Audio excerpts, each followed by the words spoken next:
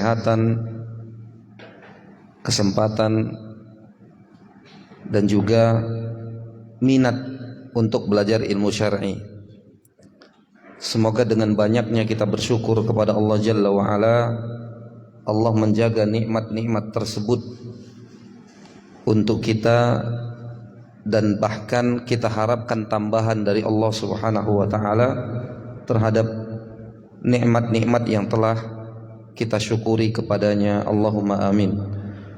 Salawat dan salam senantiasa kita hadiahkan kepada Rasul kita yang mulia dan Nabi kita tercinta Muhammad ibn Abdullah alaihi afdalus salati wa atammu taslim.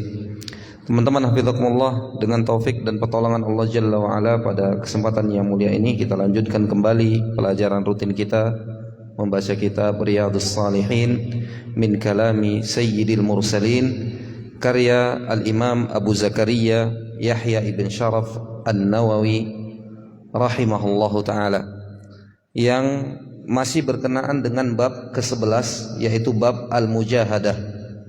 Dan juga kita masih di hadis yang ke-99 atau hadis keempat dari bab Al-Mujahadah pada halaman 132, di mana hadis ini telah dibacakan dan juga kita telah dengarkan syarahnya. Namun perlu kiranya dilengkapi, ada poin-poin yang belum kita sebutkan, dan itu juga merupakan poin inti dari hadis yang kita bacakan pada pertemuan yang terakhir, di mana hadis ini diriwayatkan oleh Aisyah radhiyallahu taala anha, dan hadis ini dikeluarkan oleh Imam Al-Bukhari dan juga Imam Muslim, bahwasanya Nabi sallallahu alaihi wasallam bersabda, salat sunnah atau qiyamul lail, bahwasanya Nabi SAW salat sunnah, melakukan qiyamul lail hingga kedua telapak kaki beliau bengkak. Maka aku katakan kepada beliau, yakni Aisyah radhiyallahu taala anha berkata kepada Nabi SAW, mengapa Anda melakukan ini wahai Rasulullah, padahal Allah telah mengampuni dosa-dosa Anda yang telah lalu dan yang akan datang. Lalu Nabi SAW menjawab, apakah aku tidak ingin menjadi hamba yang banyak bersyukur?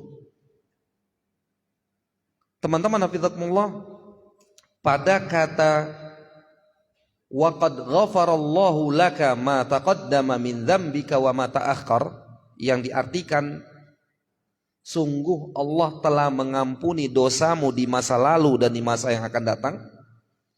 Ini pengesahan bahwa itu benar adanya dimiliki oleh Nabi alaihi salatu wassalam, dan tidak dimiliki oleh selain beliau kecuali kepada orang-orang khusus yang telah dinyatakan nasib mereka sama seperti Nabi SAW telah diampuni dosa-dosanya di masa yang lalu dan yang akan datang. Siapa mereka? Yaitu Ahlu Badar, orang-orang yang turut di dalam peperangan Badar, yang jumlah mereka hanya 300 belasan orang. Ini memang perang perdana bagi umat Islam. Kondisi yang masih sangat sulit sekali.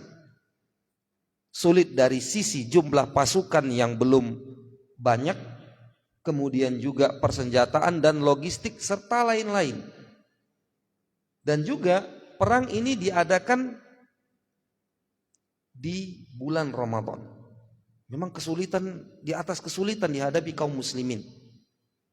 Oleh karena itu wajar ketika Allah Subhanahu wa taala mengatakan kepada Ahlu Badar, i'malu ma syi'tum wa qad ghafartu lakum. Kerjakanlah apa yang kalian hendak kerjakan, sesungguhnya aku telah memberikan ampunan kepada kalian.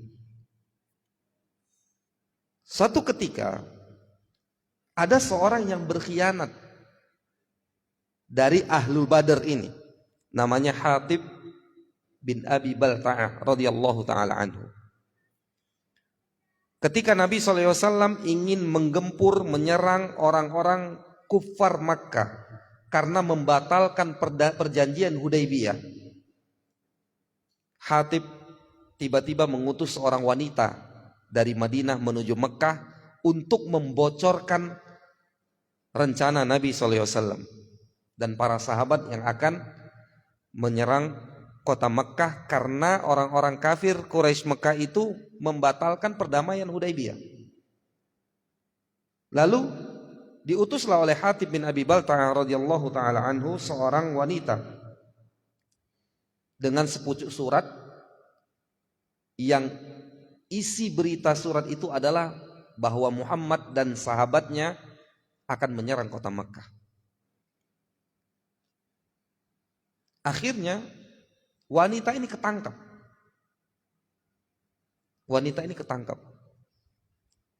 Dan dikeluarkanlah surat itu dari khufnya. Khuf itu seperti kaos kaki tapi bahannya dari kulit.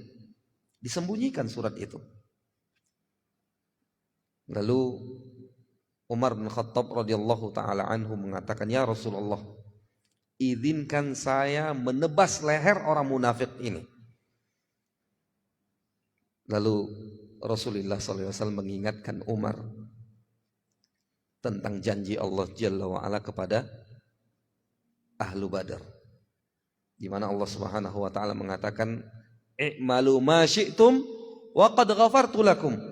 Kerjakan apa yang kalian kerjakan, kerjakan apa yang kalian ingin kerjakan, sungguh aku telah mengampuni dosa-dosa kalian. Dari sini kita mengambil pemahaman atau para ulama menyebutkan bahwa Ahlul Badr bagian orang-orang yang telah diampuni dosa-dosa mereka oleh Allah Subhanahu wa taala. Adapun selain orang-orang khusus seperti ini, maka tidak berlaku ampunan seperti ini kepada mereka. Dengan demikian, kata Syekh Shalih Al-Utsaimin rahimahullah, ketika kita membaca sebuah hadis umpamanya, siapa yang mengerjakan ini, siapa yang meninggalkan itu, maka ganjarannya diampuni dosa-dosanya di masa lalu dan di masa yang akan datang, maka pastikan hadis ini lemah, dhaif. Ya. Kalau ganjarannya adalah diampuni dosa-dosanya di masa lalu, ghufira lahu ma taqaddama min dzambi, itu banyak sekali. Di antaranya ganjaran berpuasa, ganjaran qiyam di malam-malam Lailatul Qadar, itu ghufira lahu ma taqaddama min dzambihi. Tapi wa ma ta'akhkharnya enggak. Yang akan datangnya tidak. Nah, kalau ada kita mendengar sebuah amalan ganjarannya ampunan dosa yang telah lalu dan yang akan datang, maka pastikan hadis ini lemah. Ya, maka dipastikan hadis ini lemah. Ini yang ingin kita jelaskan pada titik poin terakhir yang ada di dalam faedah hadis keempat dari bab al-mujahadah ini. Mari kita lanjutkan ke hadis yang kelima. Seperti biasa kita minta, mana qari kita? Fadhal.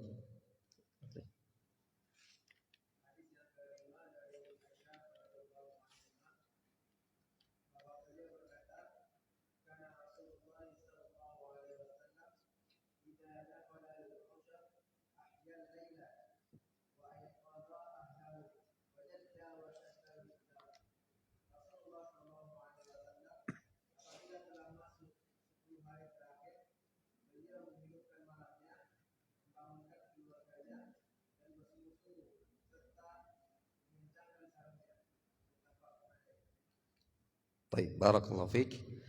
Hadis yang kelima masih dari Aisyah radhiyallahu taala anha, di mana Aisyah kembali memberikan informasi kepada kita tentang aktivitas Nabi sallallahu alaihi wasallam. Ini agar kita tidak kebingungan, agar kita tidak dipusingkan dengan malam ganjil saja atau malam genap aja yang dihidupkan di 10 terakhir Ramadan. Ini solusi. Karena kalau kita telusuri dalil-dalil yang ada, maka malam-malam genap di 10 terakhir Ramadan itu pun berpotensi terjadinya Lailatul Qadar. Terlebih lagi bila jumlah hari Ramadan itu 30 hari. Dalam hadis Bukhari, Nabi SAW mengatakan iltamisuha fil ashril awakhir, carilah Lailatul Qadar itu di 10 malam terakhir min Ramadan, dari bulan Ramadan, fi tasi'atin tabqa, di 9 malam tersisa, di 7 malam tersisa, di 5 malam tersisa, dan di 3 malam tersisa. Coba antum hitung. Kalau 7 malam tersisa jumlahnya 30 kurang 7, 23. Malam Lailatul Qadar itu terjadinya di malam hari. Ya. Berarti malam 24. Ini hadisnya Bukhari. Dan begitu seterusnya, di malam 26, di malam 28 menurut hadis Al-Bukhari ini. Sehingga kita tidak usah terlalu dipusingkan, saya nih fokusnya di malam-malam ganjil saja.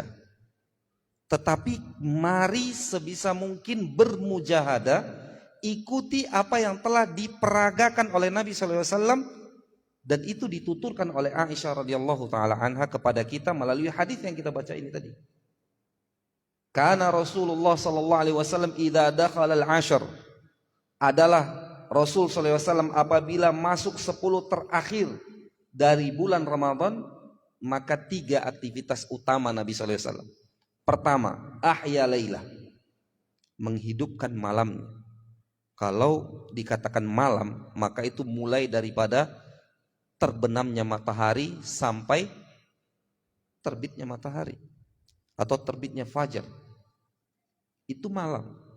Berarti Nabi SAW tidak tidur di 10 malam terakhir ini. Ini yang pertama dilakukan oleh Nabi SAW. Ngapain? Ahya lailah, menghidupkan malamnya dengan amal soleh, dengan sholat, dengan tilawatul Quran, ya, dan dengan amal soleh lainnya, dengan zikir kepada Allah Jalla wa Ala. Kemudian yang kedua, aiqadha ahla, membangunkan keluarganya. Andai kata kita tahu ini keluarga kita ini pasti atau sulit lah untuk bangun, tapi antum bangunkan, minimal antum sudah memperagakan dan mempraktekkan apa yang diperintahkan oleh Nabi SAW. Di situ juga merupakan pahala. Masalah keluarga kita mampu mengerjakannya atau tidak, itu nomor 2. Iya kan? Yang penting bangunkan. Ya, peragakan, praktekkan sunnah ini di hari-hari di mana amal ibadah menjadi mulia, yaitu di hari-hari Ramadan. Kadang orang suka menilai hasil akhir, mengabaikan proses. Nggak ada gunanya, Ustaz. Dibangunkan, anak-anak nggak akan bangun juga. Lah ya akhi, laksanakan tugasmu.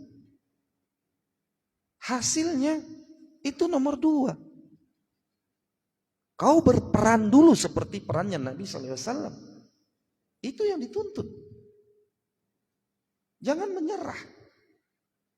Ya.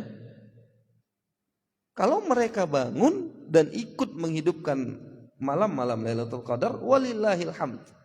Kalau mereka tidak ikut, engkau telah melaksanakan sunnah Nabi Sallallahu Alaihi Wasallam.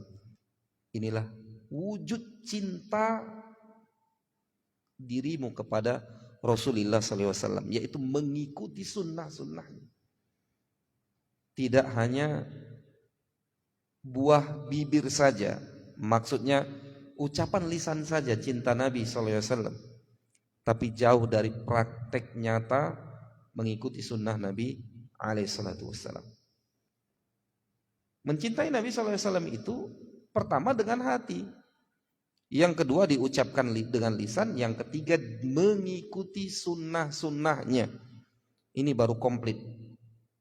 Ya, tidak cukup hanya dalam hati sudah terukir cinta Rasul, diucapkan pun sudah, tapi praktek nyatanya berseberangan dengan sunnah Nabi SAW, bahkan sedikit-sedikit memerangi sunnah Nabi SAW.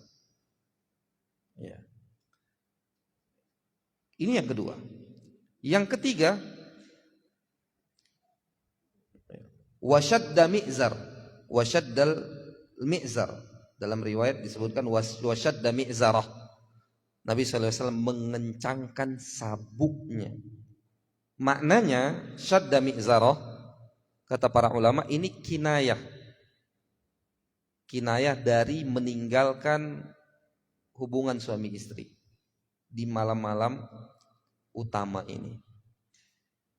Atau maksudnya di sini adalah Nabi SAW semakin berjibaku untuk beramal soleh. Oleh karenanya di 10 malam terakhir ini disyariatkan untuk i'tikaf agar membantu untuk mendapatkan Lailatul Qadar. Ya. Nah, teman-teman hafizakumullah, 3 aktivitas utama Nabi SAW di malam-malam Lailatul Qadar ini, di 10 malam terakhir ini perlu mujahadah, perlu perjuangan yang tidak ringan. Hari pertama oke lah, masih tegap dia jalan. Hari ketiga mulai pusing-pusing. Kenapa? Nggak tidur-tidur 3 malam. Keluar alumni iktikaf minimal flu, nggak apa-apa. Iya kan? Nggak apa-apa. Ya, nikmati saja. Lakukan semaksimal dan sekuat tenaga yang kita miliki. Ya. Ini sekali lagi kita katakan perlu mujahadah. Nabi SAW mengatakan bahwa malam Lailatul Qadar itu ada di malam ganjil, dan juga dalam riwayat lain ada di malam genap. Supaya kita tidak bingung, disebutkan apa yang dilakukan oleh Nabi SAW. Itu tadi 3 aktivitas utama tadi. Sehingga ya gak usah ribut, ya kan? Sebenarnya gak ribut juga. Malam ganjil, malam genap, malam ganjil, malam genap. Enggak, ini Nabi SAW telah memberikan solusi. Lakukan 3 hal utama ini semaksimal mungkin. Bermujahadah, berjuang dan berupaya sekuat tenaga. Ya, insya Allah ketemu dengan malam Lailatul Qadar yang nilainya lebih baik daripada 1000 bulan. Kalau ada sholat yang bertepatan dengan Lailatul Qadar, maka sholat itu menjadi lebih baik daripada sholat yang dilakukan 1000 bulan. Untuk umur usia manusia di zaman kita ini udah langka 1000 bulan. 83, sekian bulan. 83 tahun sekian bulan. Langka sekali. Ya. Tapi Allah Subhanahu wa taala memberikan musim-musim ibadah di mana kita harus berjibaku memanfaatkan musim-musim itu. Sebagaimana Ibnu Qudamah rahimahullah mengatakan, "Idza lam yattajir at-tajir fi musimir ribah, famata yattajir?" Jika seandainya pedagang itu tidak berdagang di musim-musim banyaknya keuntungan, lalu kapan dia harus berdagang mencari keuntungan? Udah jelas dekat lebaran, tapi tidak punya stok pakaian, dia pedagang pakaian, ya berarti dia tidak mencari untung yang banyak, nggak mengerti dia situasi berdagang, kan begitu, ya. Nah ini ditawarkan oleh Allah Subhanahu Wa Taala musim-musim Ramadan, dan sampainya usia seorang hamba kepada bulan Ramadan itu merupakan nikmat terbesar. Yang sering kita bawakan hadis tentang dua orang yang salah satunya lebih dulu meninggal karena jihad fisabilillah, dan yang kedua terakhir meninggal tetapi lebih dulu masuk ke surga karena dia diberi kesempatan hidup setahun, di mana setahun itu dia ketemu dengan bulan Ramadan. Di antaranya dia ketemu dengan bulan Ramadan. Karena bulan Ramadan itu kalau bertepatan dengan Lailatul Qadar dan didapatkan oleh seorang hamba setara dengan 1000 bulan. Andai kata taubatnya diterima di malam itu, maka itu lebih baik daripada taubat 1000 bulan. Ya kan? Oleh karenanya hadius salaf, petunjuk para salaf, mereka berdoa untuk disampaikan kepada bulan Ramadan 6 bulan sebelum Ramadan. 6 bulan sebelum Ramadan tiba. Sebagaimana mereka juga berdoa setelah Ramadan agar Allah Subhanahu wa taala berkenan menerima amal ibadah mereka. Lihat. Berjibaku dalam beribadah dan serius di dalam berdoa. Ini luar biasa sekali teman-teman. Ya. Baik, kita lanjut kepada hadis yang berikutnya. Hadis yang ke-6, halaman 133.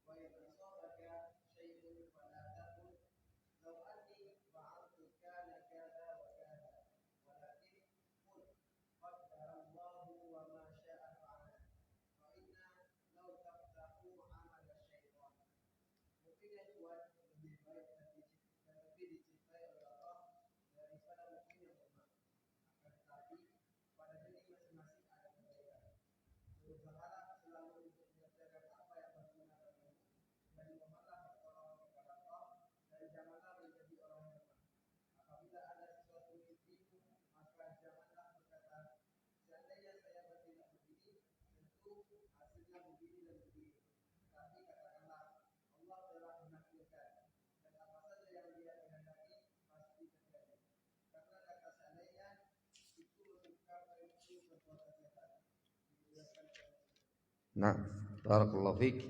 Hadis yang ke-6 dari bab Al-Mujahadah dari Abu Hurairah radhiyallahu taala anhu. Rasul sallallahu alaihi wasallam bersabda. Perhatikan baik-baik teman-teman. Ini kabar dari Nabi sallallahu alaihi wasallam, wahyu yang sedang kita dengarkan dari Allah Subhanahu wa taala. Apa kata Nabi sallallahu alaihi wasallam? Hadis ini riwayat Muslim, sahih. Al-mu'minul qawi khairun wa ahab ilallahi minal mu'min ad-dhaif. Orang yang beriman, al-mu'min al-qawi, kuat di dalam keimanannya, bukan kuat fisiknya ya. Para ulama menjelaskan di sini al-mu'min al-qawi, kekuatan di sini kembali kepada iman. Artinya mukmin yang kuat imannya lebih baik dan lebih dicintai oleh Allah Subhanahu wa taala ketimbang mukmin yang lemah imannya.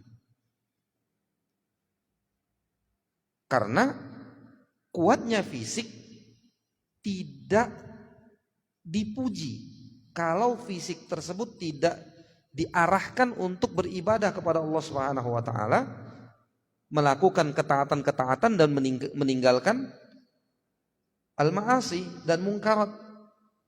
Tidak terpuji kekuatan fisik itu. Ya. Justru yang terpuji itu ketika imannya kuat, karena ini motor penggerak. Rasul sallallahu alaihi wasallam mengatakan la yastaqimu ahadukum hatta yastaqima qalbuh wa la yastaqimu qalbuhu hatta yastaqima imanuh. Tidak akan istiqomah salah seorang di antara kalian sampai hatinya istiqomah. Dan tidak akan istiqomah hatinya sampai imannya istiqomah. Kama qala alaihi salatu wassalam. Jadi dari sini, dari dalam penggeraknya iman, ya, ini yang menjadi penggerak. Oleh karena itu ini barometer yang sangat akurat sekali. Manakala seorang itu dinilai dari imannya. Karena kalau dinilai dari fisiknya, mungkin kita yang lemah ini bisa dapat runner up, nggak pernah juara satu, ya kan? Karena bukan itu yang dinilai oleh Allah Subhanahu wa taala. Iman. Teman-teman hafizakumullah, kita lihat potret keimanan para salaf. Ibnu Mas'ud radhiyallahu taala anhu bercerita, "Walaqad ra'aituna wa innar rajula la yuhada bainar rajulaini hatta yuqamu fis shaf."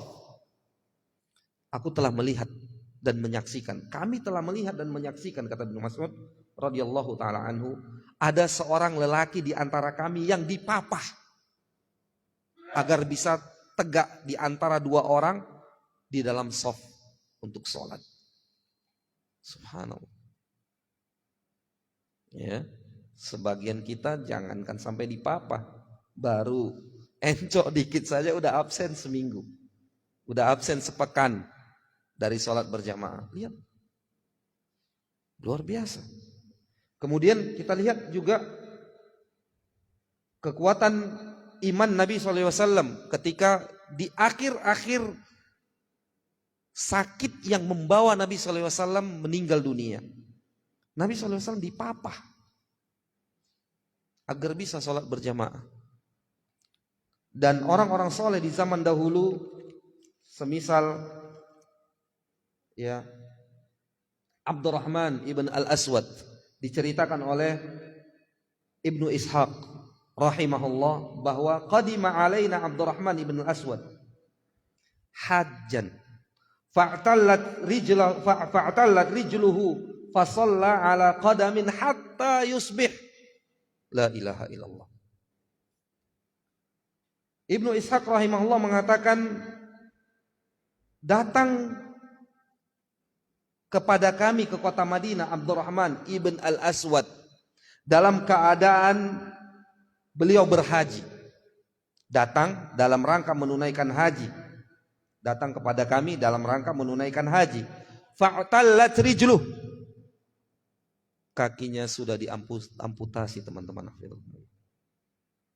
Fasalla ala qadamin hatta yusbih. Dia sholat dengan satu kaki sampai subuh. La ilaha illallah. Ini bukan cerita kekuatan fisik. Ini motornya adalah iman. Mana kuat kita satu kaki, dua kaki aja imam baca agak panjang sedikit itu berdeham udah nggak beraturan. Ya, kadang dari sebelah sana, kadang dari sebelah situ. Kalau imam sudah panjang sedikit aja bacaannya udah berdehem, udah macam-macam. Banyak yang mendadak gatal tenggorokan. Ya. Fasalla ala qadamin hatta yusbih. Dia sholat sunnah dengan satu kaki sampai pagi. Teringat masa kecil dahulu dihukum oleh guru 5 menit aja itu udah luar biasa itu. Ya, capeknya. Karena ini iman. Iman yang memanggil dia. Oleh karenanya wajar ketika Nabi SAW mengatakan al-mu'min al-qawi khairun wa ahab ilallah. Lebih baik dan lebih dicintai oleh Allah Subhanahu wa taala. Ya. Karena dengan keimanan itu seorang melaksanakan ketaatan dan meninggalkan dosa-dosa. bukan dengan fisiknya. Fisik kalau tidak digunakan, fisik yang sehat kalau tidak digunakan untuk beribadah kepada Allah Subhanahu wa taala, justru itu akan menjadi bumerang. Akan ditanya oleh Allah Subhanahu wa taala tentang fisik yang sehat itu. Kok tidak digunakan untuk beribadah kepada Allah Subhanahu wa taala. Sebagaimana hadis yang sebelumnya ya, mengabarkan kepada kita banyak sekali orang tertipu dengan kesehatan ataupun juga waktu luang. Namun Nabi sallallahu alaihi wasallam mengatakan wa fi kullin khair. Adapun di setiap mukmin itu baik yang lemah maupun yang kuat, kedua-duanya baik. Tetapi jangan lupakan mukmin yang kuat imannya khairun wa ahab ilallah, lebih baik dan lebih dicintai oleh Allah Subhanahu wa taala. Benar, mukmin yang lemah imannya tentu lebih baik daripada seorang yang kafir. Ya kan? Di sini juga bisa kita ambil pelajaran bahwa iman itu bisa pasang surut, menguat dan melemah. Menguat dan melemah. Menguatnya tentunya, pasangnya tentunya dengan taat kepada Allah Subhanahu wa taala, dan melemahnya karena dosa dan maksiat.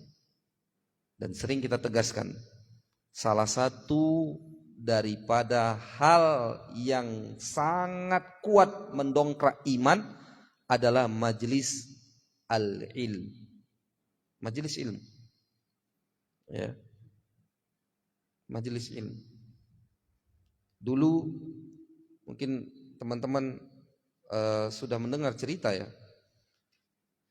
Dulu kita waktu masih mahasiswa di Madinah mengaji kitab Riyadhus Shalihin ini kepada Syekh Ibrahim bin Amir Ar-Ruhaili.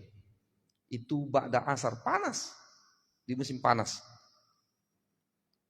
Kita menjadikan dan menganggap kajian itu seperti kendaraan yang sedang diisi bensinnya, dicas baterainya kalau kendaraannya pakai baterai.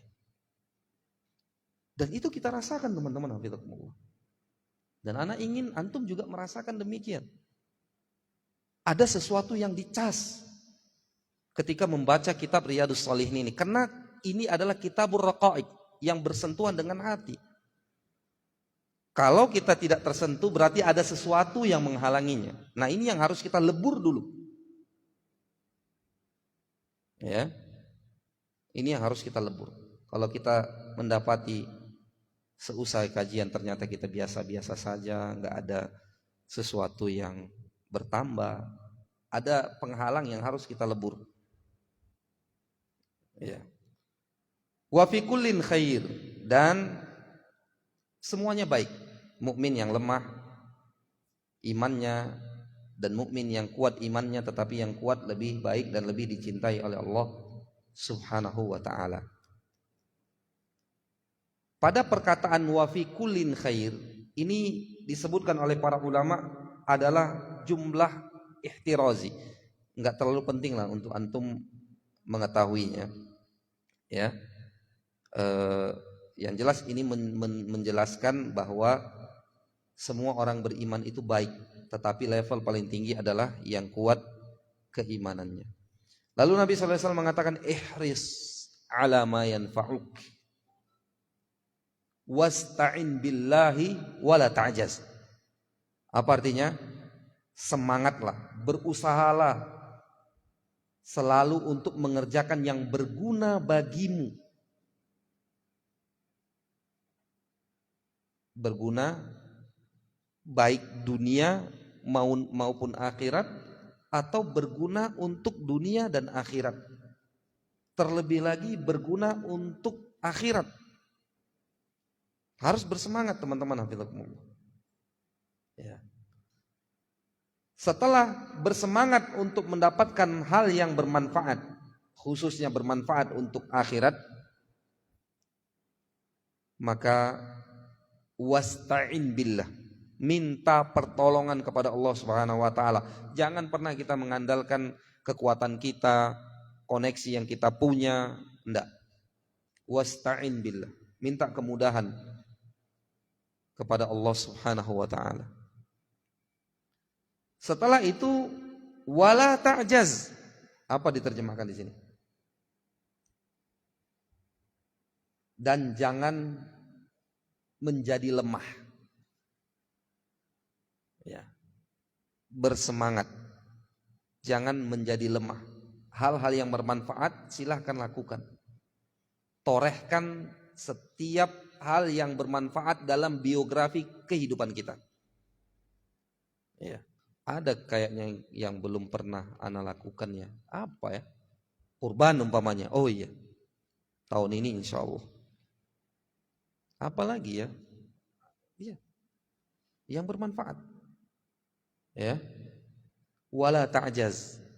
Syekh Utsaimin rahimahullah memberikan makna wala ta'jaz. Wala ta'jaz di sini jangan lemah, masuk ke dalamnya adalah jangan tinggalkan aktivitas yang sudah antum mulai. Umpama kalau kita sudah disiplin dalam satu kajian, apakah itu terlebih lagi kajian kitab, itu nggak usah kita mental cicip. Apa ya? Mental tukang cicip. Kayaknya ngaji Abu Bakar Siddiq, besok ngaji di masjid lain, pindah-pindah dia. Kayak orang mencicipi. Ini nggak selesai. Ya. Nggak selesai nanti. Dia akan pulang dengan hampa. Sama seperti kita membaca sebuah masalah dari sebuah buku. Setiap kita buka lembaran itu, ada masalah baru. Tapi kita nggak fokus ke masalah yang ingin kita selesaikan. Maka masalah yang ingin kita selesaikan itu nggak akan kelar. Ya. Fokus kepada suatu kegiatan positif, suatu ibadah, amal soleh yang sudah dimulai dan rutinkan itu. Ini masuk daripada bagian wala ta'jaz, jangan lemah. Ya. Jangan tinggalkan suatu yang positif yang sudah dimulai. Kemudian teman-teman hafizakumullah, kita sampai adzan saja ya. Karena anak ada tamu, jadi kita adzan selesai, kita selesaikan hadis ini secara ringkas. Wa in asabaka syai'un fala taqul law anni fa'altu kana kada wa kada. Setelah tadi ngapain? Bersemangat untuk melakukan hal yang bermanfaat, baik manfaatnya dunia akhirat atau akhirat saja atau dunia saja. Kemudian beristi'anah, minta tolong kepada Allah Subhanahu wa taala dan tidak mudah menyerah. Setelah ini kan maksimal. Apa yang tertinggal? Gak ada. Usaha sudah, doa sudah, gak ada yang tertinggal. Maka Nabi SAW menasihatkan, apabila usahamu itu tidak berhasil, kamu jangan kecewa. Jangan katakan, kalau enggak kayak gini, tadi harusnya begini. Harusnya tadi naik mobil yang ini, kita pilih pula mobil yang B. Rusak. Jangan. Karena itu membuka pintu syaitan. Nabi SAW mengatakan, fa inna law taftahu amal syaitan. Dengan apa? Syaitan membuka pintunya dengan diberikannya kesedihan kepada kita. Kita tahu kalau yang itu nggak akan bisa lagi balik. Suatu yang hilang mungkin ya udahlah nggak balik lagi. Tapi kesedihan kita lama. Kenapa? Kita beri pintu untuk syaitan. Ya. Semua itu sudah berlaku sesuai dengan suratan takdir. Kita ketahui hikmahnya atau tidak, pasti ada hikmahnya yang Allah Subhanahu wa taala ketahui. Teman-teman hafizakumullah, hal yang kita benci belum tentu buruk untuk kita. Allah Subhanahu wa taala mengatakan demikian. Hal yang kita suka belum tentu baik untuk kita. Syekh Utsaimin rahimahullah ana tertegun membaca contoh. Kata beliau, suatu ketika ada kejadian di Riyadh kalau tidak salah, yang jelas di Arab Saudi kalau tidak salah, ya, penerbangan yang menerbangkan 300 penumpang kalau tidak salah disebut di sini. 300 penumpang. Jadi ada seorang penumpang yang sudah di ruang tunggu tertidur dia. Subhanallah. Dia pun menyesal. Luar biasa kan? Udah di ruang tunggu tertidur. Wah, ini kalau kita di posisi dia mungkin sama, kita juga melakukan hal yang sama, kecewa, mungkin ngamuk-ngamuk, ya kan? Tapi ternyata kata Syekh, pesawat itu terbakar. Semua penumpang dan yang ada di dalam pesawat, di kabin pesawat itu dinyatakan meninggal dunia. Tengok. Ya. Yang dia benci ternyata bermanfaat untuk dia. Yang dia kutuk-kutuk itu, ketinggalan itu ternyata bermanfaat untuk dia. Subhanallah.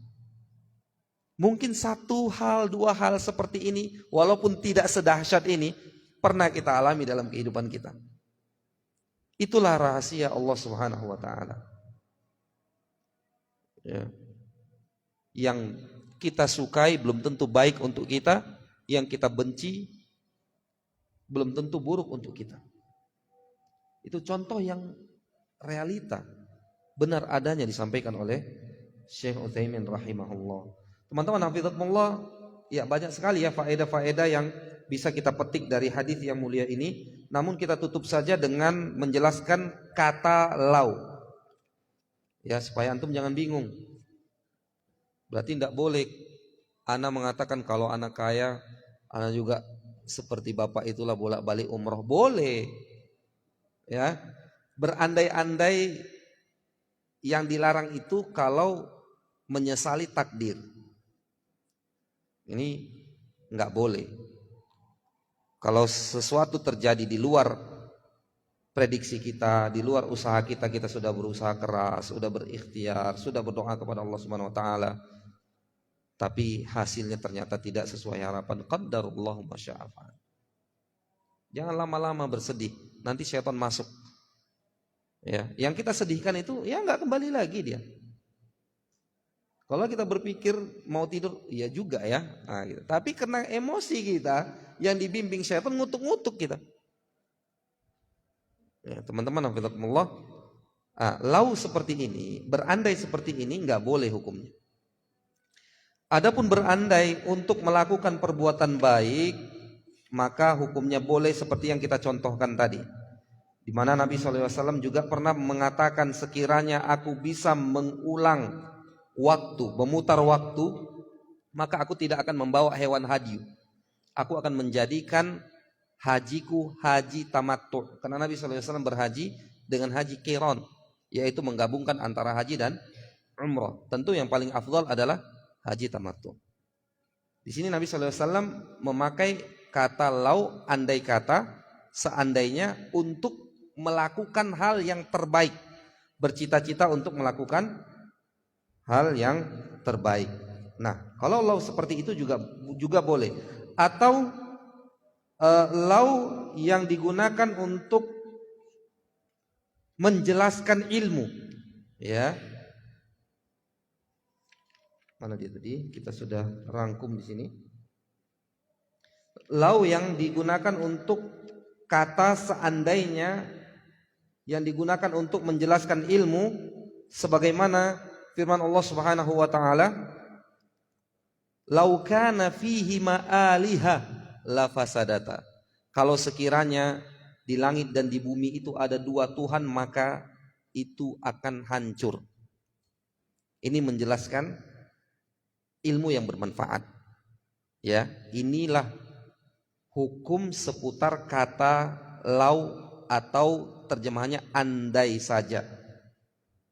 Inilah kurang lebih rangkumannya. Wallahu taala alam. Mudah-mudahan bermanfaat untuk kita. Ya. Kita tutup. Subhanakallahumma bihamdik, asyhadu an la ilaha illa anta, astaghfiruka wa atubu ilaik. Wa sallallahu wasallam wa baraka wa an'am ala nabiyyina Muhammad wa ala alihi wa sahbihi ajma'in. Wa akhiru da'wana anil hamdulillahi rabbil alamin. Wassalamualaikum warahmatullahi wabarakatuh.